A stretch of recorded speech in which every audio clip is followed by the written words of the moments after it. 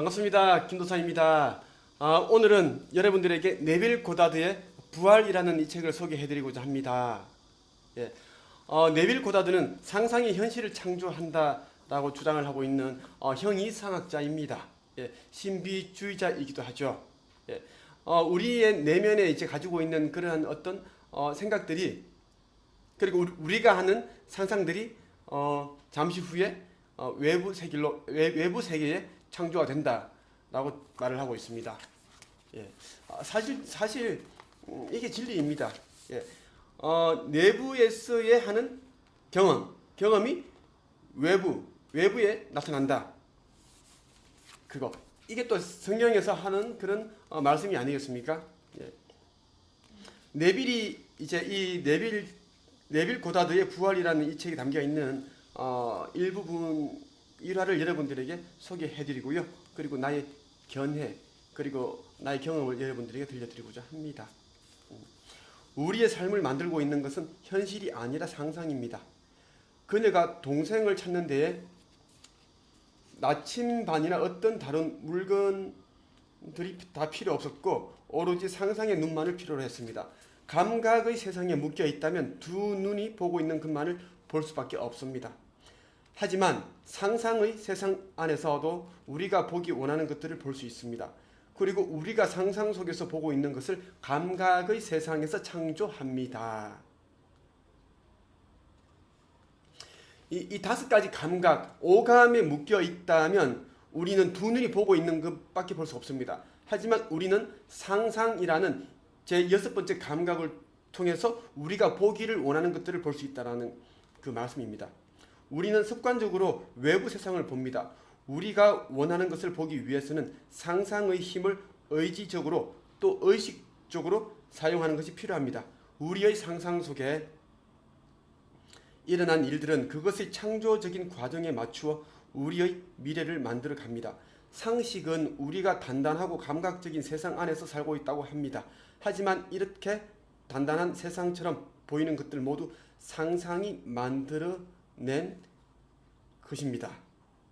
예, 상식은 우리가 단단하고 감각적인 이 세상 안에 살고 있다고 하지만 사실은 우리가 이 단단한 모든 세상 보이는 모든 것들은 상상이 만들어졌다라고 이야기를 하는 겁니다. 다음 이야기는 우리가 상상 속의 시선을 어느 정도 멀리 떨어진 곳으로 옮기는 것이 가능하다는 것을 보여줍니다. 육체는 그대로 둔 채 이동할 수 있을 뿐만 아니라 시간과 공간을 넘어서 멀리 떨어져 있는 사람 앞에 모습을 나타내는 것이 가능하다는 것을 보여줍니다.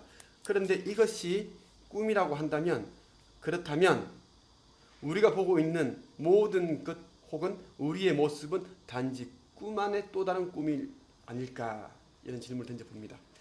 자, 이런 이제 일화가 소개됩니다. 샌프란시스코에 있는 거실에 앉아서 런던에 있는 딸의 거실에 제가 있다고 상상을 했습니다. 제 주변을 딸의 거실들로 채워나갔죠. 딸이 살고 있는 거실의 모습은 이미 잘 알고 있거든요. 거의 완벽해지자 제가 그곳에 실제로 있다는 것을 알아차리게 됐습니다. 딸은 벽난로 옆에 서 있었는데 제 쪽으로 고개를 돌렸습니다. 잠시 후 저와 마주하게 되었고 서로 눈이 마주쳤습니다. 딸은 놀라고 당황했고 저 역시 당황스러웠는데 그러자 바로 샌프란시스코의 제 거실로 돌아오게 되었습니다. 닷새 후에 딸에게서 편지가 왔습니다.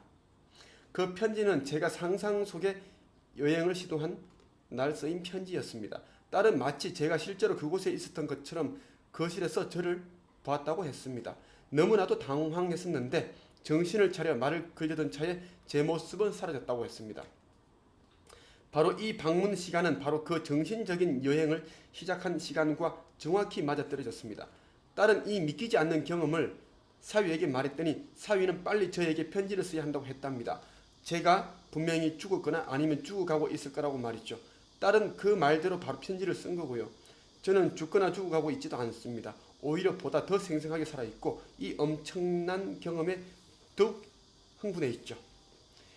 예, 샌프란시스코에 있는 이제 거실에 앉아서 런던에 있는 딸의 거실에 있는 자신의 모습을 생생하게 상상을 했습니다. 그랬더니 정말 그 런던에 있는 딸이 진짜 엄마가 온 모습을 보게 된 거죠. 이거예요. 상상의 힘은 정말 굉장합니다. 강력하죠. 그래서 우리가 이제 엄마가 딸이 거실에 있는 것을 상상했지만 이런 상상이 좋잖아요.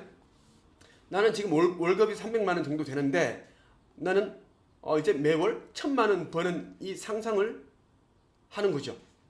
생생하게. 그리고 통장에 돈 1000만 원 꽂힌 그 숫자를 들여다보고요. 그리고 직접 돈을 인출해보기도 하고 그거를 지폐를 세워봅니다. 그런 상상을 한다면은 머지않아 월 1000만 원 버는 그런 억대 연봉자가 될 수 있다라는 겁니다. 인간은 단지 상상력입니다. 그렇기에 상상 속에서 우리가 있는 곳에 우리가 존재합니다. 상상력이 우리 자신이기 때문입니다. 상상력은 자신이 인식하고 있는 상태에서 활동하고 그 인식하고 있는 상태를 통해 활동합니다. 진지하게 의식의 이동을 실험해 본다면 그곳에서 우리는 믿고 있는 것을 넘어선 가능성을 보게 될 것입니다. 감각들은 만약 우리가 상상의 세계에서 깨어 있었다면 거부했을 만한 것들과 우리를 하나로 묶고는 강제적이고 신성하지 못한 결혼식을 거행합니다.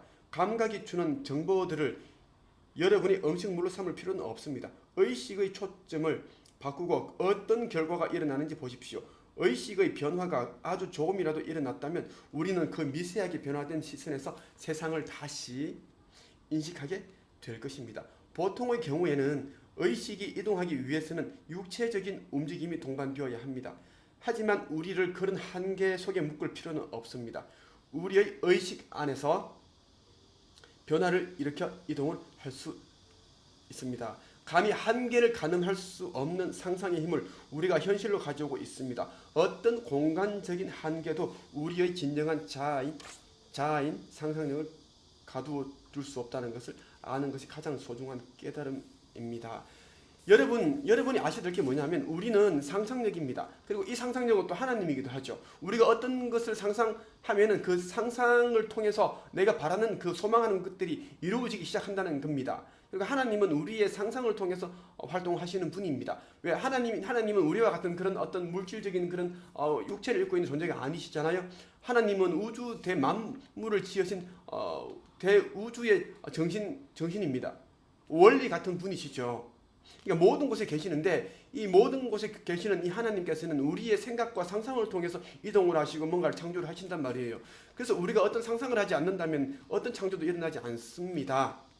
여러분들이 그동안 이룬 많은 것들이 여러분들이 생각이나 상상을 통해서 이루어졌다는 것을 여러분들이 기억을 하신다면 이 상상이 얼마나 소중한지 알게 될 겁니다. 우리는 이 상상의 법칙만 잘 알아도 우리의 삶은 굉장히 편해지고 원하는 것을 빨리 이룰 수 있다는 것을 여러분들에게 말씀을 드리고 싶습니다. 그리고 우리는 이 오감에 묶여 있지만 오감을 벗어나서 여섯 번째 감각, 상상력에 우리가 눈을 뜬다면은 진짜 빨리 많은 것들을 소유하고 가지게 되고 이룰 수 있습니다.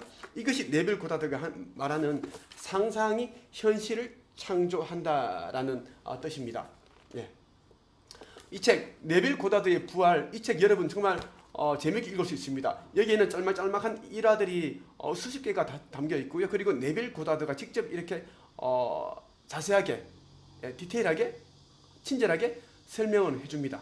그러면 여러분들이 굉장한 어떤 자극과 함께 동기부여가 될 것이고요. 정말 네빌 고다드가 말하는 그런 신비주의가 될 수 있다는 것을 여러분들에 대한 어떤 그 믿음을 가지게 될 것이라는 것을 말씀을 드리면서 이번 영상을 마치겠습니다. 오늘 하루도 좋은 하루 되십시오.